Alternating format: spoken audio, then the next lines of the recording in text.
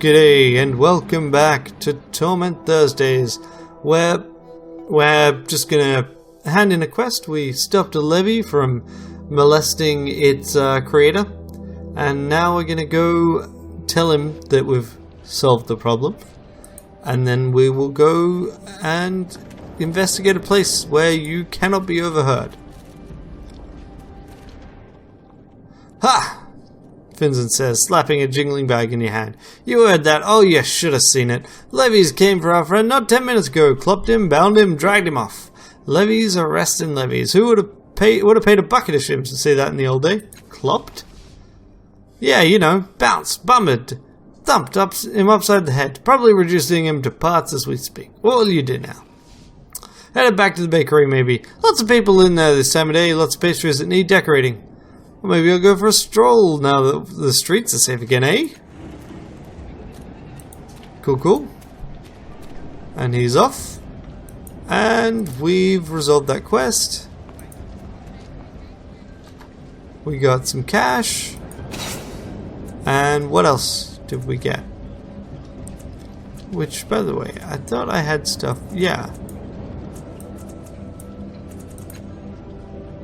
Ornament slot. Yeah, okay.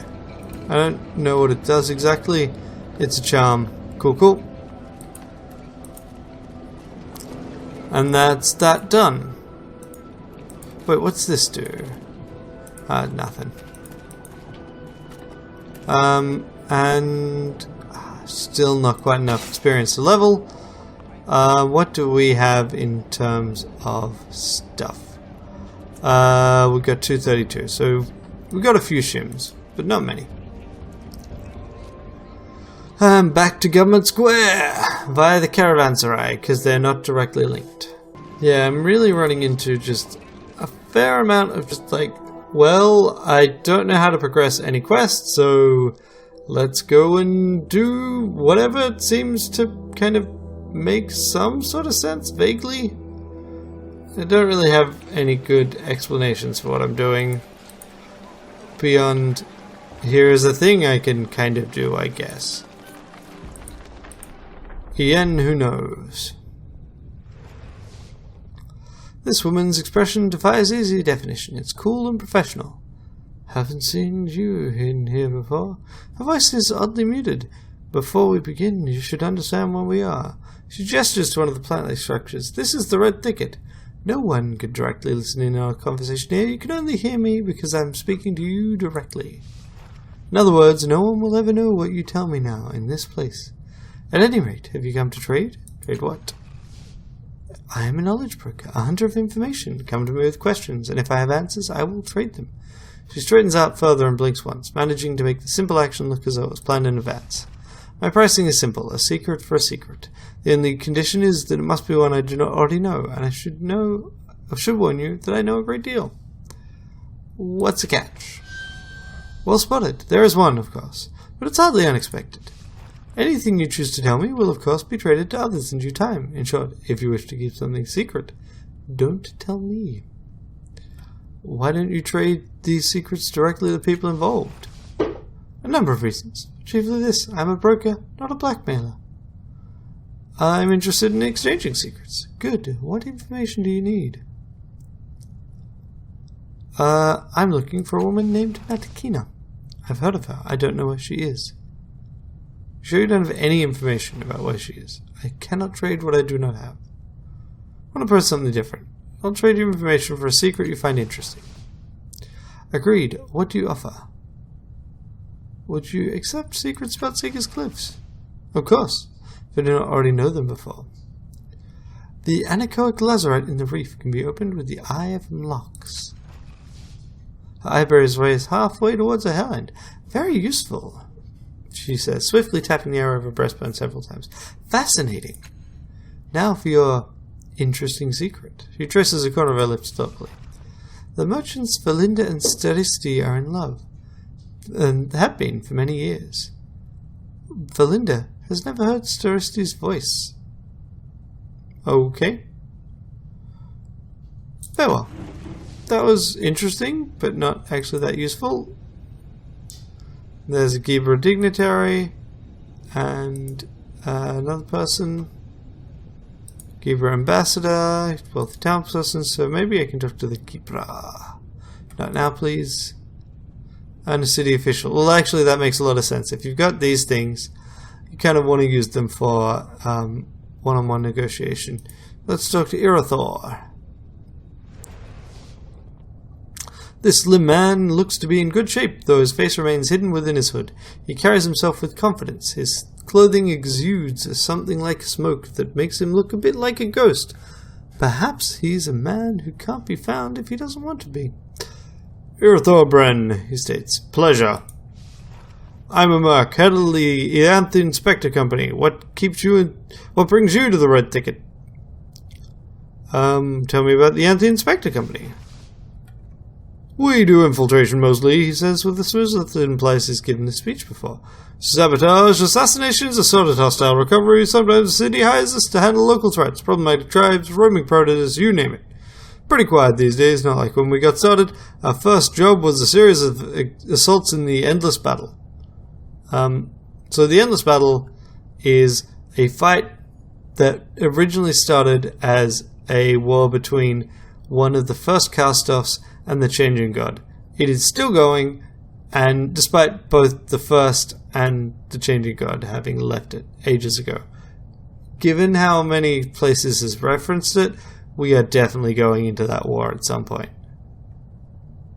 What did you do in the Endless Battle? Can't say. Contracts, you understand. All I can tell you is that Chalcedon pays on time. It's more I can say for some of the employees I've had over the years. One of the best jobs we've had. Who's the Chalcedon? One of the commanders on the Changing God side. Pays well, on time. That's the extent of my opinion on the matter. Now my turn for questions. It's not just the tattoo that gives you away. I know you, don't I? Where from? We fight together? Fight each other? What is it? Tell the truth now. I'll know if you're lying. Let's try and remember. I got a 55% chance shot. Hey, we do. We remember. You focus on the man, his features, and open your mind. Can we trust him? You hear yourself say, your voice muted by the ears. They're mercenaries. Of course we can't trust them. That's not what I meant. Can we trust him to finish the work? If not, kill him now. There's no time for uncertainty. Well, you're going to tell us how we know each other? I was also in the Endless Battle. Say no more. Should have known with that tattoo and all. My curiosity does get the better of me. What is the Endless Battle? Really? Alright. It's basically how it sounds. I love this mostly because it makes absolutely no sense as a question leading on from our previous one. And there's nothing in the conversation tree to basically say, but you were in it. How do you not know? Really? Alright, it's basically how it sounds. A fight that's given people like me a solid payday for more generations than anyone could count. As far as I've heard, it's a scrap between rival factions of the Changing Gods cast-offs. What about? Couldn't tell you. Getting interested in the why of a war always ends up bad for business. What's your company doing in Segas? Negotiations. I'm working meetings between a few council representatives. They may want us for some ongoing work. Bit of a bidding war going on right now, to be honest. We're in demand. Alright, that was pretty cool.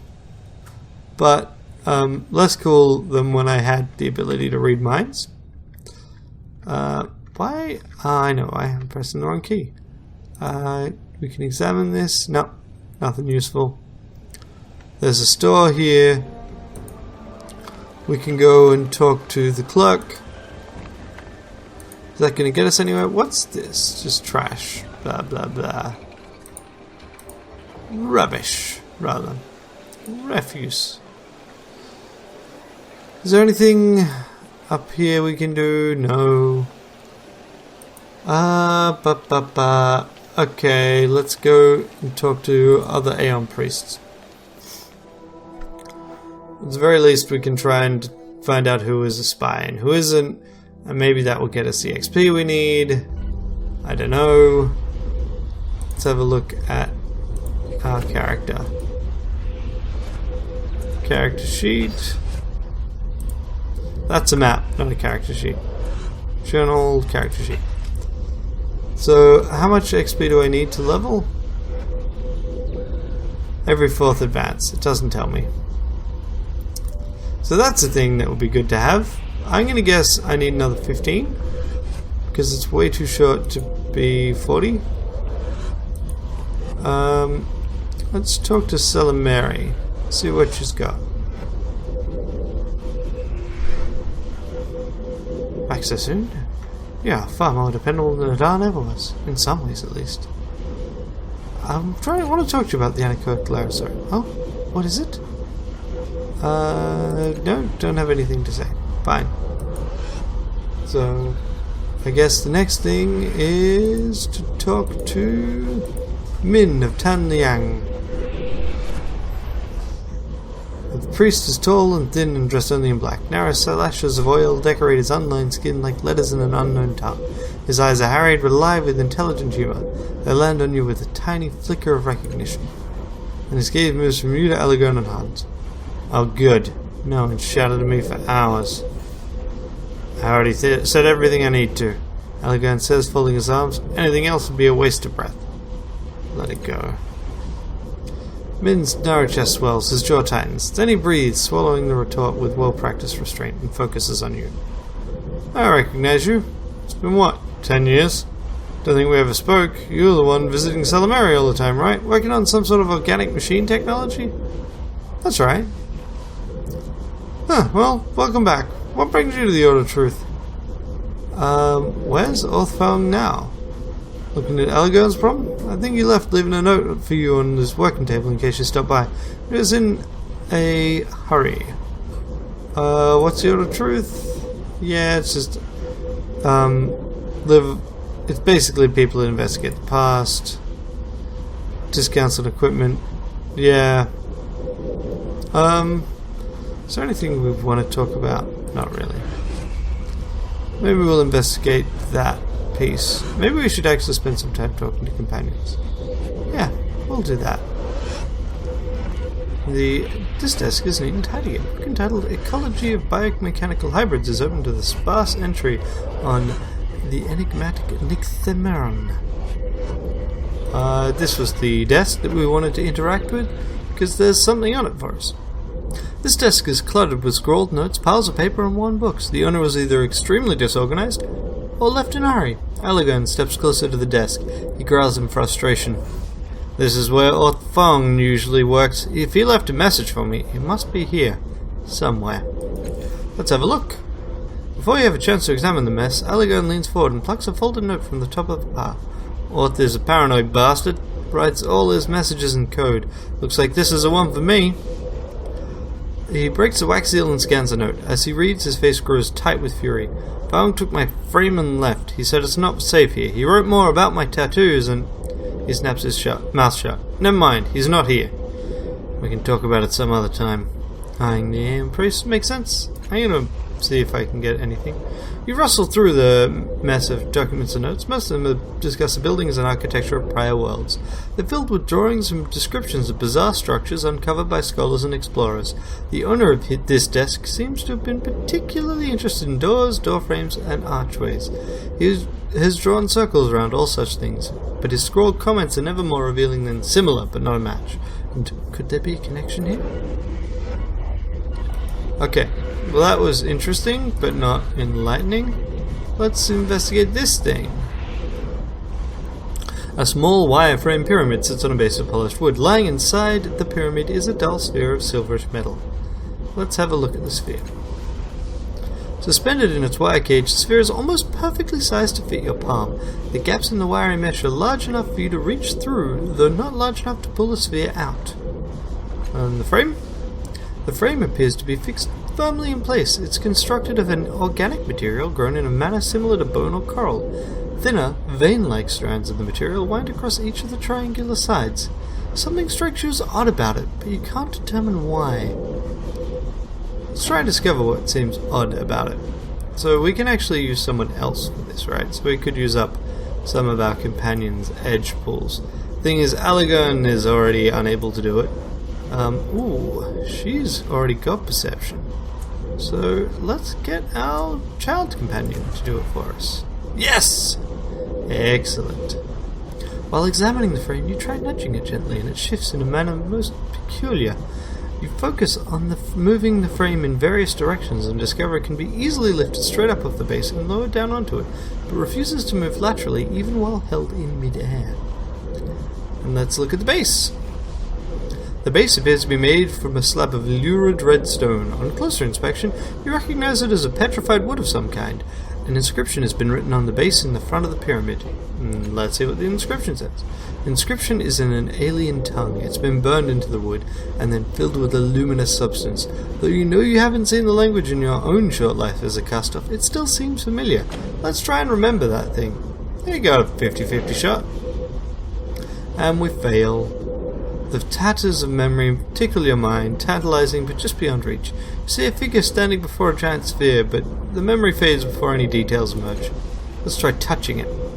As you extend your hand towards the sphere, the thinner strands along the front side of the cage retract towards the thicker frame edge, creating an opening large enough for the sphere to go through. Let's take it.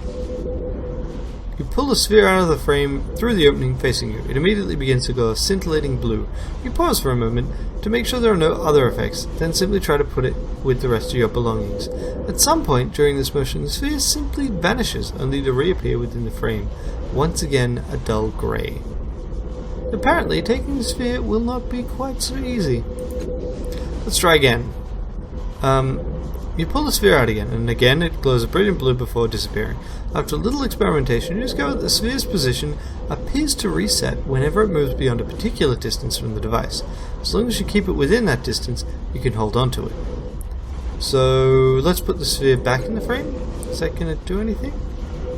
As you put the sphere back in the frame, it changes to a vibrant orange colour. It occurs to you that the sphere seems to respond to moving through frame boundaries. Perhaps moving it through the other sides will produce additional results. I wonder if there's any relation here or here. Because blue and orange seems to be a thing. Let's lift the frame and try to remove it by the bottom opening. The sphere changes to a shining yellow. Then let's go via the front opening. Bright orange, left opening. Lurid red. Take it with you. Nope.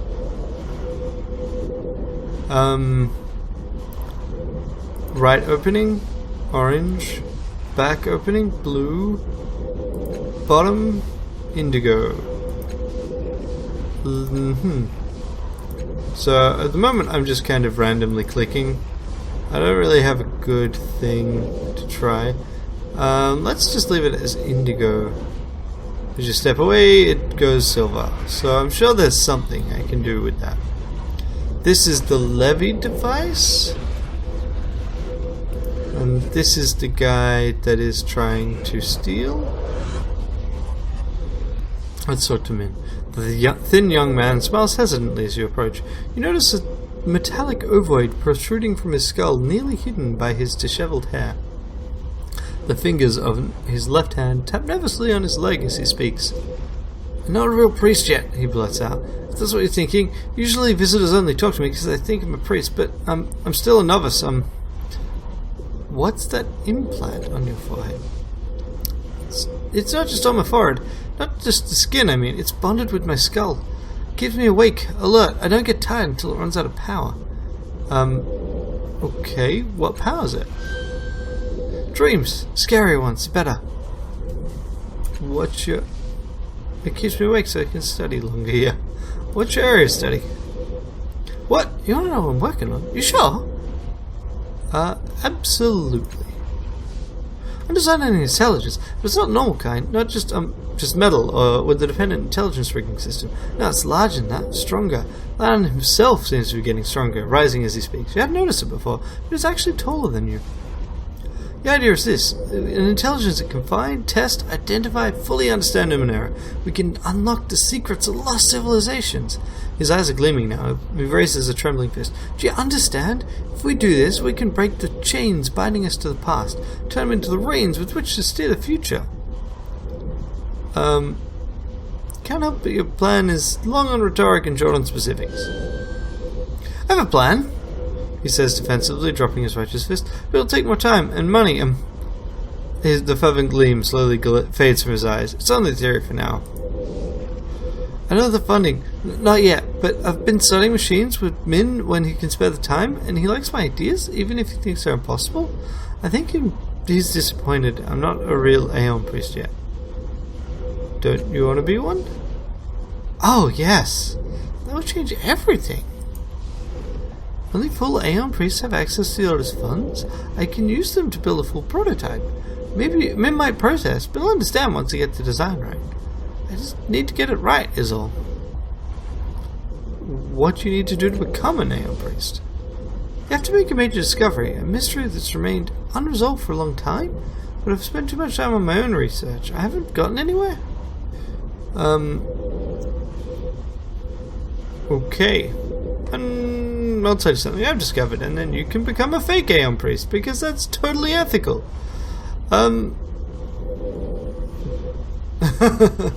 Is that allowed? No, but who cares? You'll still win. I suppose. Alright, what discoveries have you made? What sort of discoveries that help you? Really major ones. Causes long-standing problems in our city, for example. Or solving a mystery that's remained unexplained for a long time. Do you know about the Stitcher and the damage they've done to the city? Everyone does, but thank you for trying. I can't tell him that, but maybe, you know what? I'm gonna give this a go. Worst case scenario, I can reload. No, I mean, that's not the kind of discovery the Order's looking for. They're more interested in ancient mysteries, artifacts. He licks his lips nervously. When I find something useful, I'll let you know. Oh, alright. Farewell. Blah blah blah. Blue tide increased. Think that may put me back at Major Blue.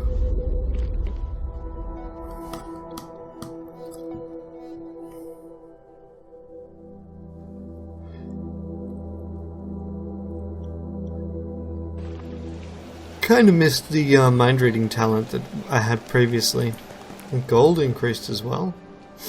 No. Although we could talk to Allergan, now I think about it.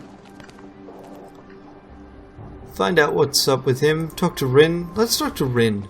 Let's talk to our companions. What's your story? You know some of it. Maybe as much as I do. What do you want to know? Those thugs you are hiding from. They seem to know you're in the building, but they couldn't find you. Why? We're good at hiding. Smiles like the sun coming from behind a cloud. Nice. Did you say we are good at hiding? A flash of panic crosses her face. Me, she says too quickly. Then she sighs and pulls out something from her pocket. It's a small dark stone with a hole in it. She's outside your arm's reach, but she still holds it close to her chest, protectively. This is Al. He keeps me safe. He knows everything of hiding. Where are you from? It's better place than this. It's safe and warm and a long way from here. For a moment, it seems like she's lost in thought. Then she starts speaking again. Lots of trees there, and it's full of growing things, and a tiny little village with a tall wall to keep bad things away. And I have parents there. It's where I belong. It's where my home. I have parents there. I'm not an orphan. Sounds like a lovely town. What's it called? It's called Parenth. My village, my home. It's where my parents are. If you're from so far away, why do you speak the same language as everyone here? She tips her head to the side thoughtfully. I don't know. I guess I could also wonder why you all speak my language. How'd you get to Seeger's Cliffs? She shakes her head, tears springing from her eyes. I can't remember. I remember running and a fire, but that wasn't the right colour for fire. I don't know. Rhin looks around, her eyes lost. Then I just remember being here and nothing making sense anymore. How long have you been away? Only a few weeks, I think. It's hard to remember.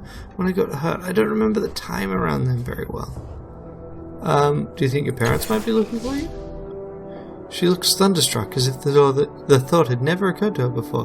When she speaks, her tone is flat, almost numb, and it's clear she's talking to herself as much as she's talking to you. They know I'm safe. They can't be here. They have to be safe at home. Rhin brings her hand to her mouth slowly. Her eyes, terrified and oddly flat, almost glazed. She turns away from you, speaking to something in her hand, a voice too soft for you to hear. She continues like that for a long time, worried and muttering. You realize she's forgotten you are even there.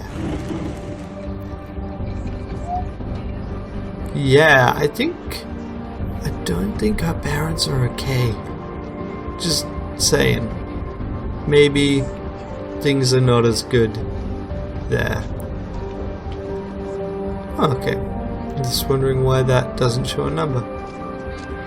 Probably because it's max? No, even that is. I'm gonna go with the weird bug.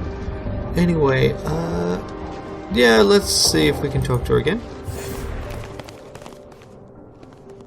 I'm sorry about last time. I know I didn't finish our conversation. I offer apologies for my rudeness. She claps her hands in front of her and bows slightly. Are you okay to talk a little more? Is your crazy time done? She nods and gives you a tired smile. Yes, it's been not used to talking to anyone except Al about these things. It's harder than I thought it'd be, but yes, let's talk. She watches you patiently. How are you holding up? I don't know what I would have done if you hadn't come along and saved me. I don't think you'd be alive anymore. I think about that a lot. I don't know how to thank you for it. It's just too big to thank someone for. I want to talk about the people we're traveling with. Really? Who? What do you think of Veritas? He makes me laugh, but I can't tell when he's being serious. Is he ever being serious? I hope not, he says, looking shocked. What do you think of Allegan?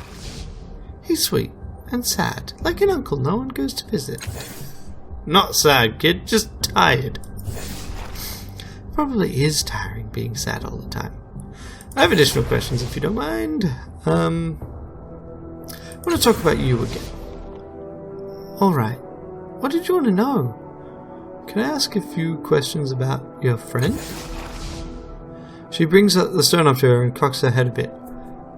She then looks at you and gives a slightly anxious nod. Okay, he's okay with a few questions. A few. Can't help but notice that he's, well, a rock. She puts Al back in her pocket. He's not a rock, he's a stone. Fine. You're talking to a stone, then. No, I'm talking to Al. He isn't a stone, he's a god. He lives inside the stone. Did you bring Al with you from your home? No, She breaks off suddenly, hand tightening around the stone, and starts again. Well, yes, I suppose I did bring him with me. I found him near a stream. I've been carrying him around in my pocket for years. Where you come from, does everyone have gods they carry around with them? She shakes her head. No, usually the gods stay in a family home. They give advice. They help with things. So you just come from a magical, peaceful land where gods are just laying around waiting for someone to pick them up. She scowls and puts her hand on him. Yes, I do. And you come from a magical, terrible land where berries explode and water is poisonous and giant lightning bugs try to kill you. What's your point? Okay, fair enough. But it sounds like, yeah, like an animist kind of religion. So is the stone like his body or is it his house? She smiles. It's a little like both. It's easier for him to leave than a body, but harder to leave than the house. But either way, the stone isn't really him. It's like a cup. Does that make sense? Moving from body to body, it sounds a bit familiar. I've been listening a little. I thought that might be easy for you to understand. What kinds of things do gods help with? Well, gods, you see, they're old, so they know a lot of things. They've been around for a long time. They'll tell you what they know sometimes, give you advice, just sometimes listen if you need to talk. Sometimes it's all you really need. You said he was the god of hiding. Is that more than advice? She nods, and without noticing, she lifts up the hand with the stone in it, so she's holding it close to her heart. Some gods can help you with more than words.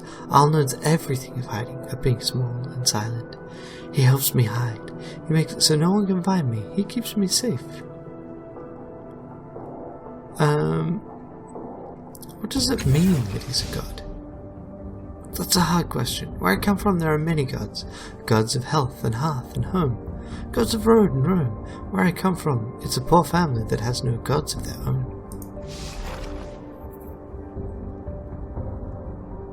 But here, there are no gods. It's like finding a place where people don't know what meat is, or air. How do you explain something like that? And I haven't seen a single god except for Al himself, and he's mine. He simply is. He's my friend. Has he always been in the stone? He's a very young god. Other gods have usually lived in many bodies. How old is he? He's embarrassed. Wait, sorry. Only a couple of weeks old. He's so strong for... She breaks off and looks down at her hand. You don't need to be embarrassed. She looks up at you and grins again. He's embarrassed. You said Al was a couple of weeks old, but you've had him for years. Which is it? Al doesn't... she opens her mouth and closes it again. She's quiet for a moment and says, Al doesn't want me to talk about this anymore. Al doesn't want to talk about it, or you don't? Neither. She cocks her head towards her pocket again. Fine, I will. I don't want to... She puts her hand to her head wound and squeezes her eyes shut. I don't want to ask this, but I don't want to not ask it either. She opens her eyes and looks at you, innocent and pleading. Do you think I'm wrong in the head? Let's... Jeez. I think you've gone through some really hard time, Rhin. And sometimes our minds play tricks on us. So you do think something's wrong with me? No, that's not what I meant. I'm just trying to make sense of what happened to you. I don't know. Maybe it'll help to remember more of your past. Like, what are your parents' names? My father's name is... She trails off. My mother is... Her expression shifts from confusion to panic. No! She shakes her head vigorously. No! I do know their names. I do. But her mouth stammers silently. Al! She pulls out the stone on her face, her tears glistening off the stone's black surface. Oh, why can't I remember? Why? What did I do? Her shoulders tremble, fighting the sobs beginning to rack her body. What happened? What's wrong with me? She continues like that for a long time. No longer aware you were even there. Mom? Ooh. So, we'll continue this thread next time. That's definitely been an interesting path to walk with her. And let's keep pushing and pulling at that thread. I think I really have ignored the companions too much, and I'm at a loss for other things to do. If you've got any suggestions, let me know. But otherwise, we'll keep talking to them. Until next time, bye.